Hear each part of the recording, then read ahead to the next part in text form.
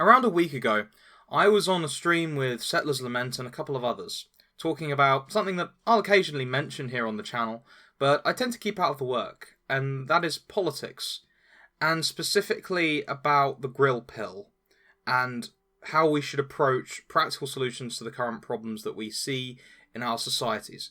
And I think that some of the comments bore a sort of a responding to, because I think that many people who think about solutions on the right to problems are thinking in the complete wrong way, and they aren't acknowledging their own strengths and weaknesses when it comes to approaching said issues. Now, although I'm completely apolitical, I don't consider myself part of any sort of political ideology or anything. My views do align with the right quite strongly on social issues. So this is something that I have some sort of skin in the game on, particularly with the people that I know. So when I make these criticisms, bear in mind that, although they're going to be pretty scathing, that these are meant so that there can be a redirection of energies, because as far as I see it, I don't see the continual discussions of political tactics bearing any fruit at all. This is also aimed at the sorts of people who will continually investigate rabbit holes in political ideology or religious thought, and then not really give much thought to explaining it to average people or making it actually pertinent in their lives. Now, I think it's pretty clear from both personal experience and also I've heard scientific studies make this claim that left-wing people tend to be very, very high in psychological problems or disorders. This stands for pretty much everything with one exception, and that is autism, which is something that is far more pronounced on the right. And you can see the traits of autism in a lot of people in the right. You know, that particular stubbornness, that inability to organize into coherent groups with hierarchies, the obsession with particular little academic pursuits. You see this all over the right wing, and frankly, I'm no exception to this rule. Although I'm not a socially unintelligent person, it's really easy to override the social rules in me. So if I see somebody, say, for example, destroying truth for the sake of social advancement, which is what the left largely is, this is something that irritates me to the point where I will destroy my own reputation purely to repudiate that kind of behaviour. I'm not somebody who is overly concerned with what people think of me. I'm also somebody who's intensely disagreeable.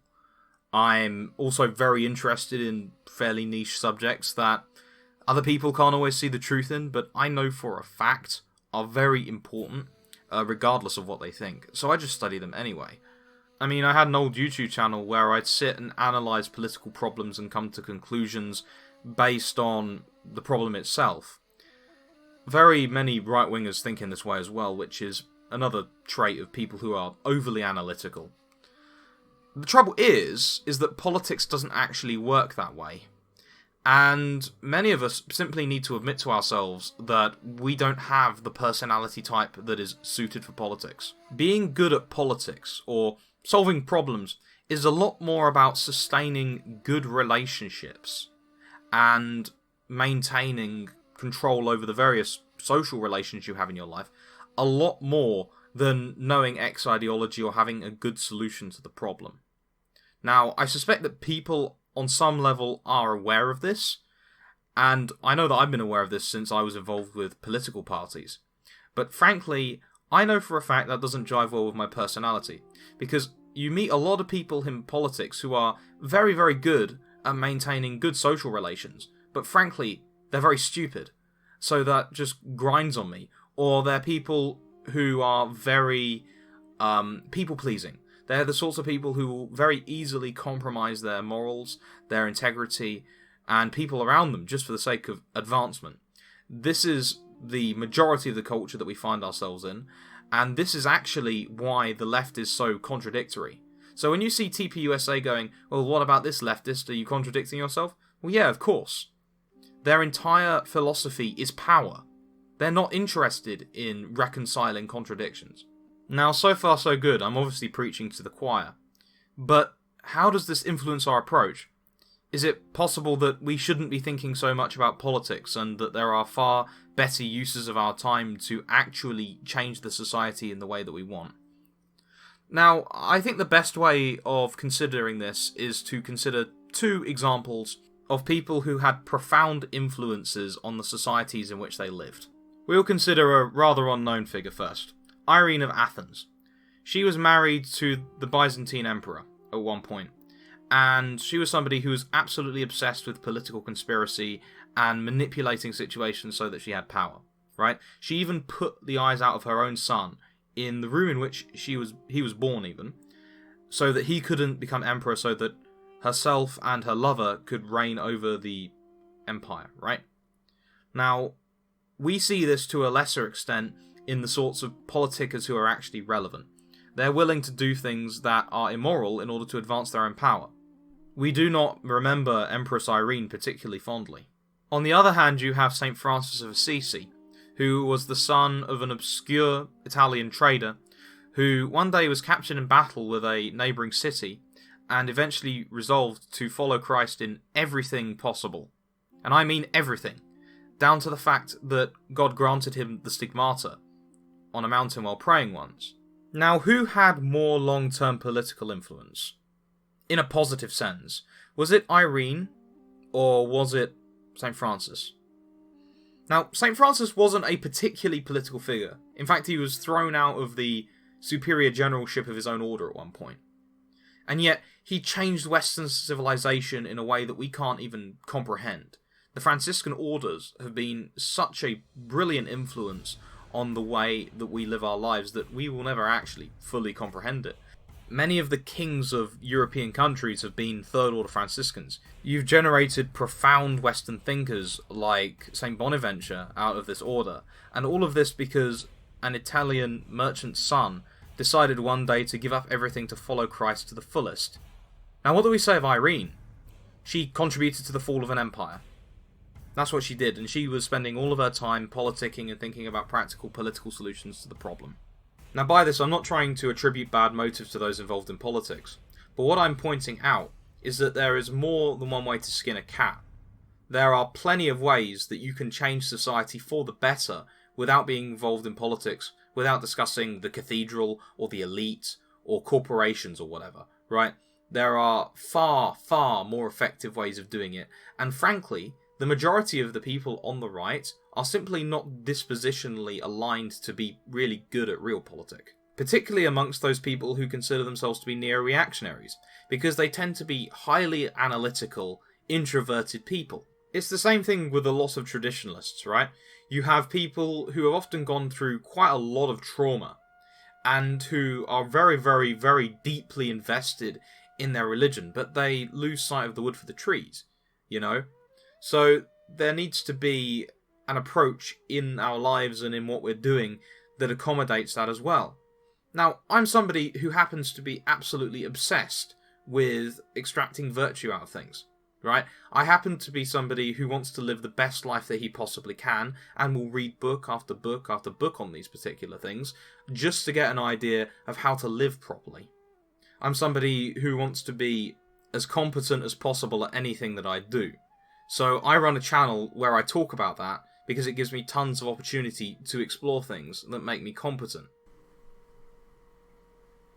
I then share it with people who need the help in their own lives because they're aimless and they want a direction. So I've got my purpose pretty much lined up, right? I produce religious videos to make people clear why they believe what they believe, and I give instruction on certain moral issues so that they can understand how to obtain the goal that they want. I'm essentially somebody who is taking highly complicated and highly esoteric books and trying to make them as digestible as possible, at least when I do videos on them. Maybe not so much streams, they get a little bit autistic sometimes. And so likewise with a lot of the right-wing political YouTubers. Now, you're not going to influence the average person or any sort of social hierarchy through doing what you're doing directly. You don't have those sorts of strengths, and neither do I. But what you can do is produce stuff that will influence the people who will implement it. So I think that the approach should be, rather than maybe discussing the same problems over and over again, there should be written provisos or videos that are marketed to a very small audience of people specifically the kinds of people who can influence these social situations. To make it really clear, what I'm saying is essentially channel your autism and make friends with people who can influence things, and then you'll see good change in your own life. For example, who of you here have heard of Rand Corp and a man called James R. Benninger? I'm going to take a very strong guess and suggest that absolutely none of you have heard of him. But the fact of the matter is that the analysts at Rand Corp and this man have had profound influences on right-wing ideology. They were devoted to analysing the communist problem and solving it. Yet, you've never heard of them, and you'll probably never read them because their books are very analytical. They're very, very detailed, and they're really not for people who are stupid, or for people who are purely interested in social climbing. But these people allied with people who were good at this, so for example, John F. Kennedy, Robert McNamara to a lesser extent, Ronald Reagan, and so they spread their ideas to the point where many people are spouting their talking points without even being aware of it. Why don't you guys do the same thing? Seek out people who are clearly more socially aware than us, start posing interesting ideas at them, and then have them spread them. Just do that. That's all you need to do. This is something that has been a catastrophic failure for people who are more than just Turning Point UK or Turning Point USA, who actually echo the ideas I just mentioned. You need to find people who are good at making social connections. Then you can do your analysis thing, and it'll actually have an impact. This is actually the work that needs to be done. I don't think that finding leaders or whatever in the currently existing right-wing, unquote, milieu is something that's going to happen, because frankly, none of us are leaders. We're academics, so we should behave like them. Alternatively, you could spend a huge amount of time investing in social so you get really, really good at talking to people, right? Like, I've done this with debate. Like, I'll go on my Facebook and I'll debate random people, and it makes people think I'm really weird. I know this. But it's because I know that at some point in my life it's going to be necessary to be able to disarm someone in a debate, or rhetorically. So I go and practice this skill as much as I can. And as far as I can tell, I'm quite effective at it. And so likewise with somebody who's a social bunny, right? If you're the kind of person who's willing to put their introversion or their autism aside and sit down and actually practice social, you can get very, very good at it. In fact, a lot of the presidents of the US are like this. Extremely intelligent people, extremely analytical people, who are nonetheless very, very good at social connections. And this is another thing that should be considered. So regardless of how you slice it, you have to interact with people. The first way, as I've mentioned, is to find a very select group of people and then influence people through that. So, for example, university professors often do this. Benninger, as I mentioned, is one of these people. Alternatively, you can become incredibly good at interacting with people and develop a personal charisma such that you can change the social situations around you without being alienated for having ideas that are socially disadvantageous. So with that said, I'd like people to give this a little bit of thought. Maybe sit down, evaluate their strengths and weaknesses, and then pursue where their strengths are and either ignore or shore up where their weaknesses are, depending on what sort of approach they want to take. Anyway, I hope this was useful. Thank you very much for watching, and goodbye.